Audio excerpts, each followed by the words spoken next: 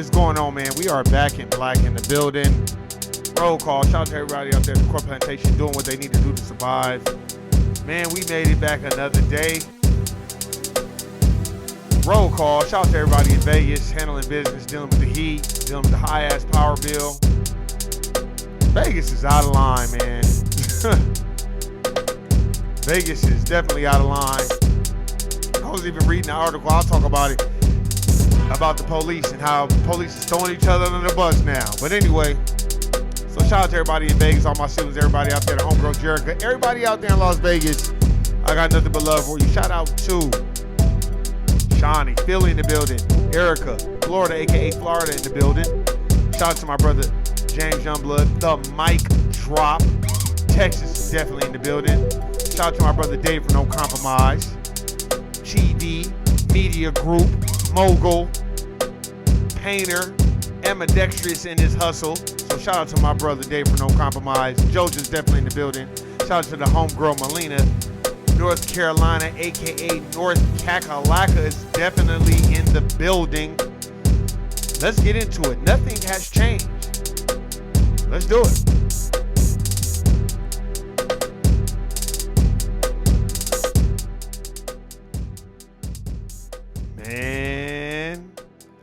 Man, me and the homegirl Melina, we was having this conversation, and I was telling her, I was like, you know what, I don't really be tripping off of people, whoever they vote for, because, you know, a lot of this has been socialized in us. And she was like, man, Warren, you right. And I was like, so I don't really fault people for that. I fault people after they read Dr. Claude Anderson's Black Labor, White Wealth, and Powernomics. If you ain't read those books, I don't really fault you. I consider you drinking the blue pill smoothie and you haven't been awakening. So, you know, I don't really trip off that. You know what I mean? I kind of look at it as a business thing. Like, oh, well, they choose to go another way. Go ahead and do that. But for everybody that's read Black Labor, White Wealth, and Powernomics by the Honorable Dr. Claude Anderson, I don't want to hear it. Matter of fact, the Honorable Elijah Muhammad talked about it in Fall of America. By the most Honorable Elijah Muhammad, he talked about how people be looking at their local government for their saviors and looking at this person for the saviors. Like, man, the government ain't going to save you. And that man wrote that book, I don't know how long ago. But here it is, what, 40, 50 years later, or however later he wrote that book. We still up here like, oh, hopefully Joe Biden is the other side of the coin to Donald Trump. It's just Donald Trump is going to tell you what it is, and that's it. So we got to understand that. I got some audio to play, and they were talking about Kamala not explaining her motherfucking policies. And I was wondering when people gonna start getting on that, because don't nobody in the media want to talk about that. Everybody else wants to talk about everything else, but nobody wants to talk about that. Hold on, let's see. Nah, hold on. I heard it was a turnout. Hold on. I heard it was a turnout in Georgia to vote, but hold on. Let's see.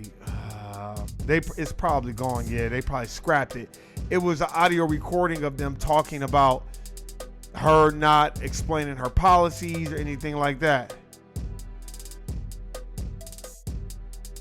Hold on. I know it. It was a lady kind of explaining it.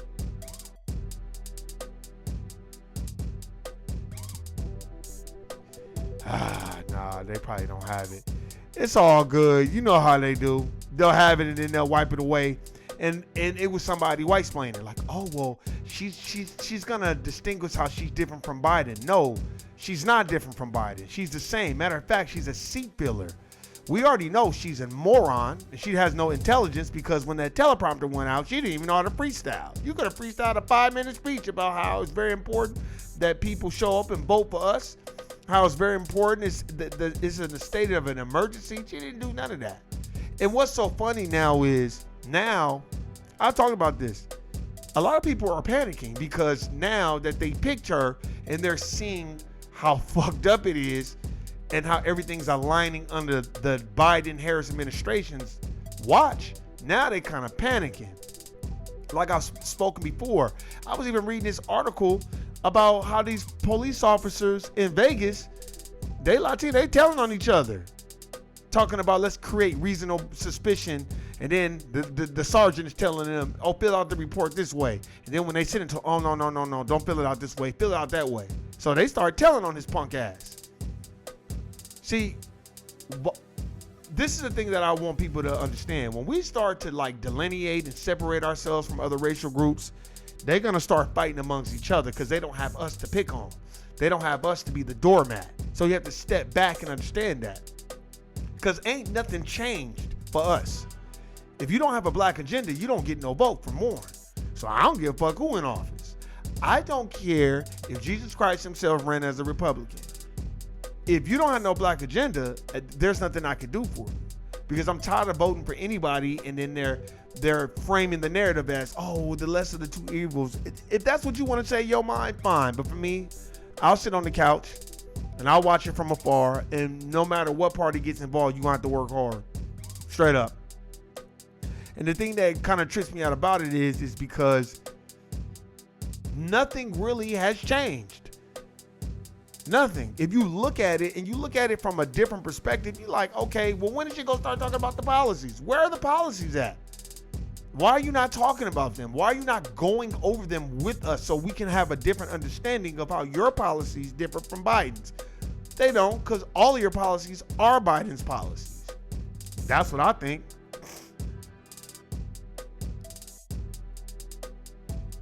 Here, let's see. I was even looking at this thing. Let's see.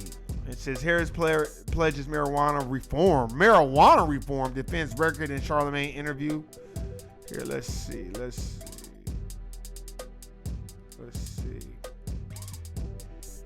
U.S. Democratic presidential candidate Kamala Harris defended her record as a prosecutor pledged to decriminalize marijuana and to push for police reform on Tuesday. We've heard police reform. We've heard healthcare reform. That don't mean shit. That's just another broad and ambiguous term to be like, okay, we're going to fund more money to the police so they can change their ways. Stop.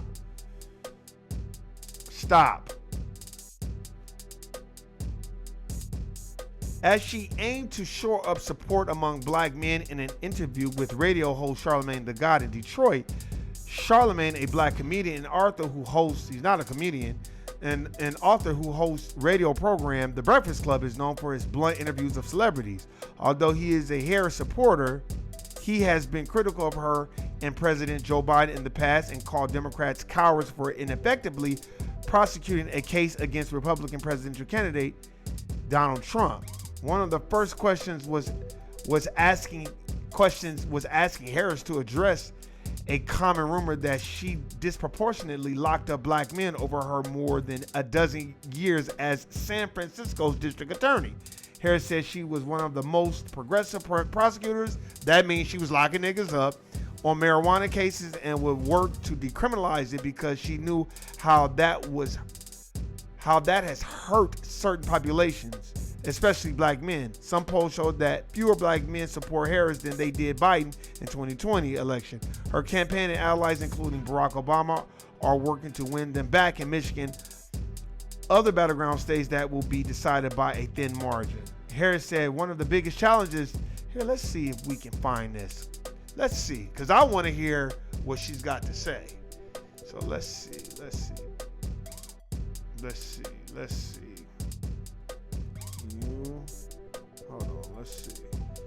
Hold on, bear with me, y'all. We about to look this up. Hold on. YouTube. Oops.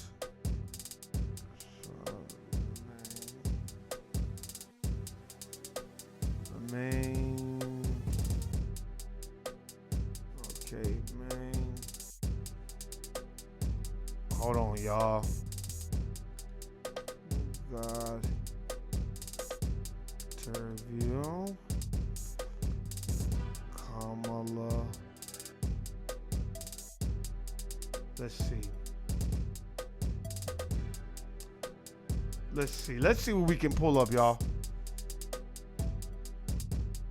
Oh my gosh, put it out! Mom, We ain't playing no commercials. Tell, yes. Yeah, we're not playing no commercials. Folks, we are less than three weeks until Election Day, and many voters are already casting their ballots this week 32 for early days. voting in some key battleground states. The next few days will be critical for Vice President Kamala Harris and former President Donald Trump. The Vice President is headed to Detroit, and Trump will reach out to Illinois and Georgia voters as they head to the polls for that early voting we've been telling you about. We have team coverage of the election countdown. CBS News Come on, man. Expected to sit down for a radio interview with Charlamagne Tha God, and this is for his radio program, The Breakfast Club. And we know this is big among black voters, and this is all part of Harris's attempts to continue to shore. Exactly. So she used our brother Charlamagne Tha God. We got to stop being used as a tool. We have to stop doing. This is what I mean about thank God for the grassroots. Thank God for people that ain't out there, they ain't famous, that's like, no, man, here's the information. How you going to have Dr. Claude Anderson on your show but be a Kamala Harris supporter? Support and court this community of voters. And of course, this is a perfect platform for her to be able to communicate a couple of her items on her agenda that she recently unveiled that specifically targets black men here in Detroit and across the country. As you know, needy absentee voting has already started in Michigan, and we're just days away from statewide early voting. I want to hear. Yeah, I want to hear. No, I want to hear what she said. Man, and then people need to stop doing that, man. Damn, dog. Man, we don't want to hear that. We want to hear what the fuck she said. We don't want to hear y'all explaining. Man, no. Hold on. Let's see video. Let's see. No.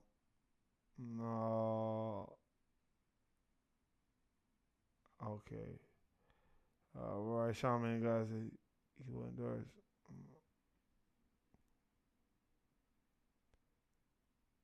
All right, hold on for just. Yeah, I don't think we're going to find it. Hold on. Man, because people keep fronting, and then it ain't nothing but send you to another fucking news feed trying to be fucking funny. Yeah, because they know people going to eat up that footage, and that's a fact. I know I am. That's what I'm waiting for. I want to see what she said. I don't want to hear no news factions talk about it. No, let's hear what she said, because all of a sudden you care about black men. So let's see. Oh, yeah, see. They full of shit. Yeah, they full of shit. Let's see. Yeah, let's go. Let's see if we can. No. Yeah, see. Yeah, no. Yeah, y'all trying to be slick. Hold on, let me see. I'll turn on the music so we can, you know what I'm saying? But man, I want to get that audio so bad because I want to dissect it and I want to see what the fuck she said. Straight up. Okay, hold on.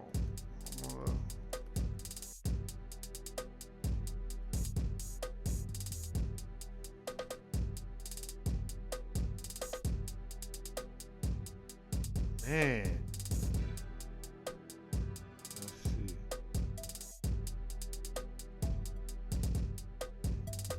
I'm sorry, but Fox probably gonna tell the truth anyway. I hate to go to Fox, but let's see what they saying. Because they ain't gonna lie. They don't like the Democrats anyway, so they gonna lie. And they see this is some bullshit. So I'm waiting to see what the fuck take place.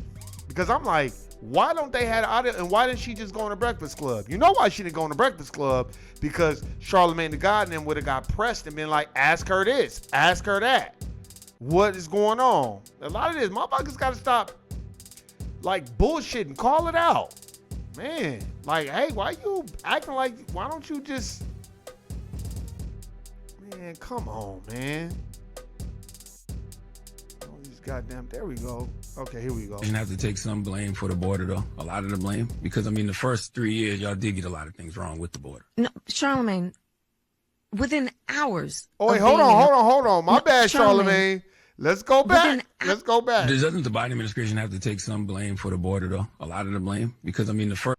Thank you. Press her. That's why she wasn't on the Breakfast Club, because he was going to ask her those questions and she don't know how to respond because she don't got a plan. This is what I've been telling everybody this whole time. You ain't got no plan.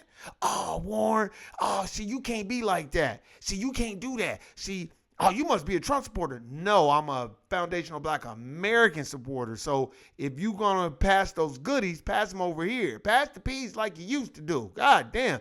Don't pass no alley-oops to these immigrants while my people up here working 3 and 4 fucking jobs so they can try their best to purchase some type of property. And these immigrants are just coming over here and getting handed property. No, fuck that. So let's talk about it. Let's go back. I like how he pressed her. Doesn't the Biden administration have to take some blame for the border, though? A lot of the blame? Because, I mean, the first 3 years, y'all did get a lot of things wrong with the border. No, Charlemagne, within hours of being inaugurated, the first bill we passed before we did. Some blame for the border, though. A lot of the blame. Because, I mean, the first 3 years, y'all did get a lot of things wrong with the border. No, Charlemagne, within hours of being inaugurated, the first bill we passed before we did the Inflation Reduction Act, before we did the bipartisan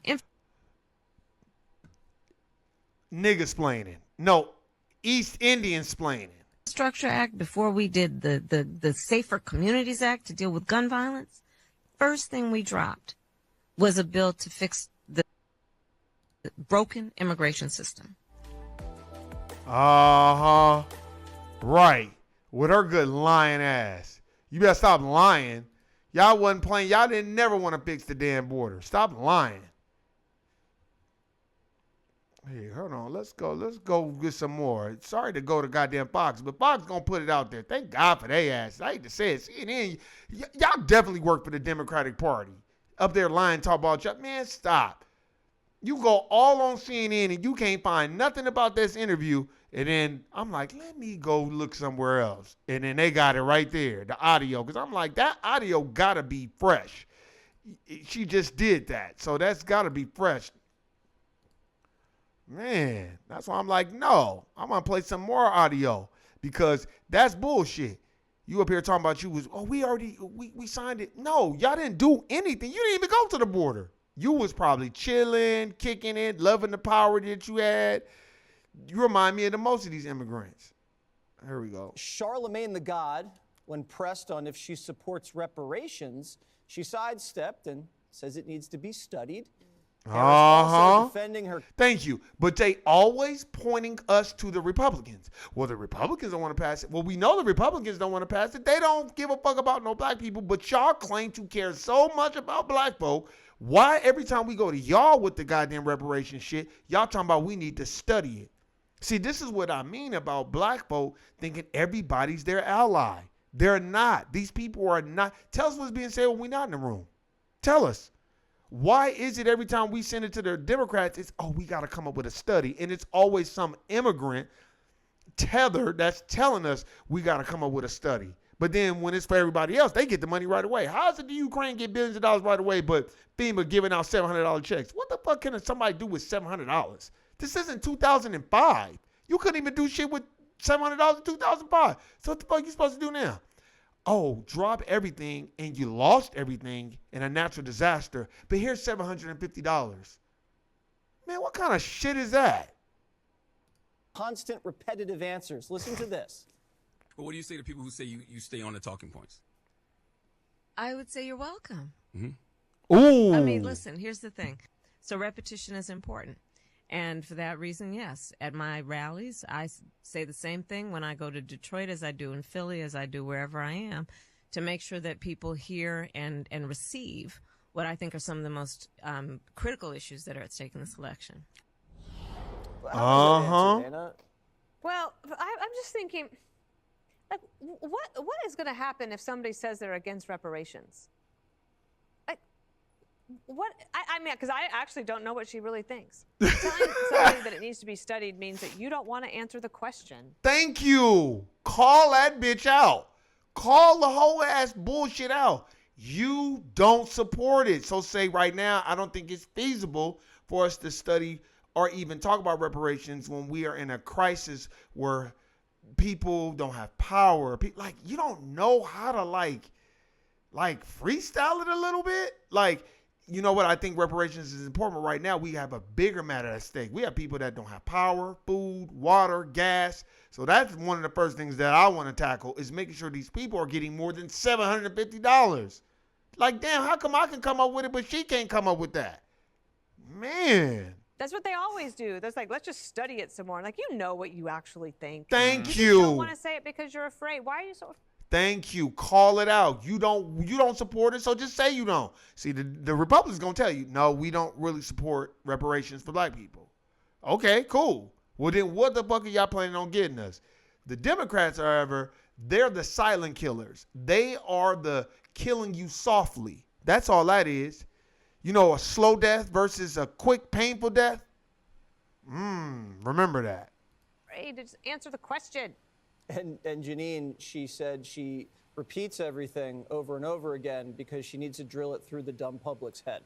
I'm not sure she understood the question, because the question was, why do you repeat things often? And her answer was, repetition is important whether I'm in Detroit or Philly or, quote, wherever I am. I think she took it to mean she gives the same speech in Detroit that she gives in Philly, that she gives wherever I am. It's not even sinking in her head that she repeats herself over and over in the same speech. Because the answer to that would have to be, because I think that the American population is stupid. Harold Ford Jr. Man. It's a practice in politics. When you get tired as a candidate of saying something, that means the public may have heard it once or twice. So I get her. I understand. Yeah. I think I understand what she's saying there, and I think I understand what you're saying. You're saying that she repeats herself in her speeches, and she would argue, you know, I do it because of that reason. President Trump does it. President Obama did it. President Bush did it. President Biden did it. President Clinton did it. It's a feature of politics.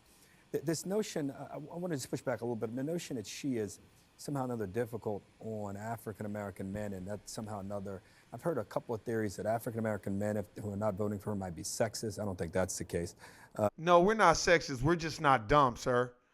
I'm not voting for someone that's cosplaying as a black woman and they're East Indian. No, I'm not doing that. That's you might as well dress up in blackface. That's some bullshit, man. Get the fuck on.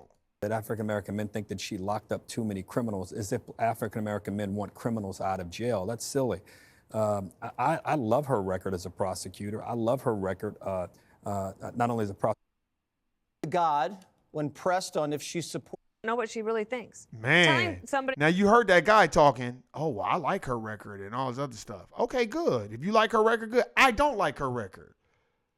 She repeats herself over and over in the same speech. Because the answer to that would have to be, because I think that the American population is stupid. Harold She Ford ain't lying. Jr. It's a practice in politics. When you get tired as a candidate of saying something, that means the public may have heard it once or twice. So I get her. I understand. Yeah. I think I understand what she's saying there, and I think I understand what you're saying. You're saying that she repeats herself in her speeches, and she would argue, you know, I do it because of that reason. President Trump does it. President Obama did it. President Bush did it. President Biden did it. President Clinton did it. It's a feature of politics. This notion, I want to just push back a little bit. The notion that she is somehow another difficult on African-American men, and that somehow another, I've heard a couple of theories that African-American men who are not voting for her might be sexist. I don't think that's the case. That African-American men think that she locked up too many criminals, as if African-American men want criminals out of jail. That's silly. I love her record as a prosecutor. I love her record not only as a prosecutor, people committed crimes in America, but people who try to commit crimes coming into the country. Did she ever first see a criminal case in a courtroom? I don't know the answer to that. So how do you know what her record is? Well, you just said that she locked up in your own opening, you said she locked up 2,000 men, didn't you? That was in what she is saying, and that what her detractors are saying. I'm saying you like her record. But if she locked up 2,000, that's a question by Charlemagne the God. No, you said that in your first. My question to you is, if she's such a great prosecutor, why did she never first see a criminal case? I'm only going on what you said. I'm talking about black men are saying now. If you want to talk black about men are saying she locked It up. sounds like you guys agree, if that's what I'm hearing, that you guys are in complete agreement. Greg, you had Charlemagne the God on your show. Yep. How do you think he's going to do with this interview? It's feeding in right now. Well, I think he learned a lot from doing my show. He observed an expert at this. I'm going to just finish my thought that, like, for a guy, voting for Kamala is like getting a massage from a dude. And that is not acceptable. It is not acceptable. You brought up when they say about reparations needs to be studied. That's all they want. The activists just want the gravy train to themselves so they can have conferences. You look, what did the most honorable Elijah Muhammad say? Study the white man. You need to study. I know people feel like, why are you listening to that one white? Listen to what this white man is saying. This white man is saying, oh, yeah, let's do a study so we can bullshit, run the fucking clock out, and we don't really have to do anything, and we can blame everybody else. So let's listen again. So, how do you think he's going to do with this interview? It's feeding in right now. Well, I think he learned a lot from doing my show. He observed an expert at this. I'm going to just finish my thought that, like, for a guy, voting for Kamala is like getting a massage from a dude. And that is not acceptable. It is not acceptable. You brought up when they say about reparations needs to be studied. That's all they want. The activists just want the gravy train to themselves so they can have conferences, paid for lunches, maybe a business class flight to. Instead of just saying, no, we don't want to do it, let's do a study so we can bullshit and waste time. Austin, Texas. It's great in the springtime. We could have a conference there. It's basically, this is what Newsom did in California. That is what Gavin Newsom did in California. He just kicked the can down the road. He did a new Jim Crow. He just kept re-signing the same shit. He never planned on doing no reparations. Fuck Gavin Newsom. All you do is just keep kicking that can down the road. This the first time I heard this shit. And look at, what did they just say? Kick the can down the road. Y'all need to go watch House of Cards. Go watch that. That's going to tell you everything you need to know about political strategies, about political warfare and political science and how it's broken down. Go watch that. If you have Netflix, go watch House of Cards if they still have it. Great series. Because while you're kicking it, you're also paying people who are on the committee. We're on the committee to assess reparations. But if it happens, and if it happens in your state, you got to move. You just have to move because you know what? You shouldn't be paying for somebody else's deeds who's not alive. That is that's war. No one's going to make you do that. And we want to clarify, if there's a woman, it's okay if she gets a massage by a man. No. Oh, yes, of course. It's very complicated. Now, look, we're going to cut the music on. That's all I wanted to play. Now, y'all done heard that. So I don't want to hear nothing else about people up here talking about, oh, look at what they just said. What did that white woman say? She said, why don't you just say you don't agree with it? Why are you lying? Why are you lying to these black people? See, these white people, what they're doing is they're using the Democratic Party they're using black people's plight to push forward the untruthfulness of the Democratic Party. Very intelligent. White folk are not dumb. That's why you got to study them. They're smart. They know.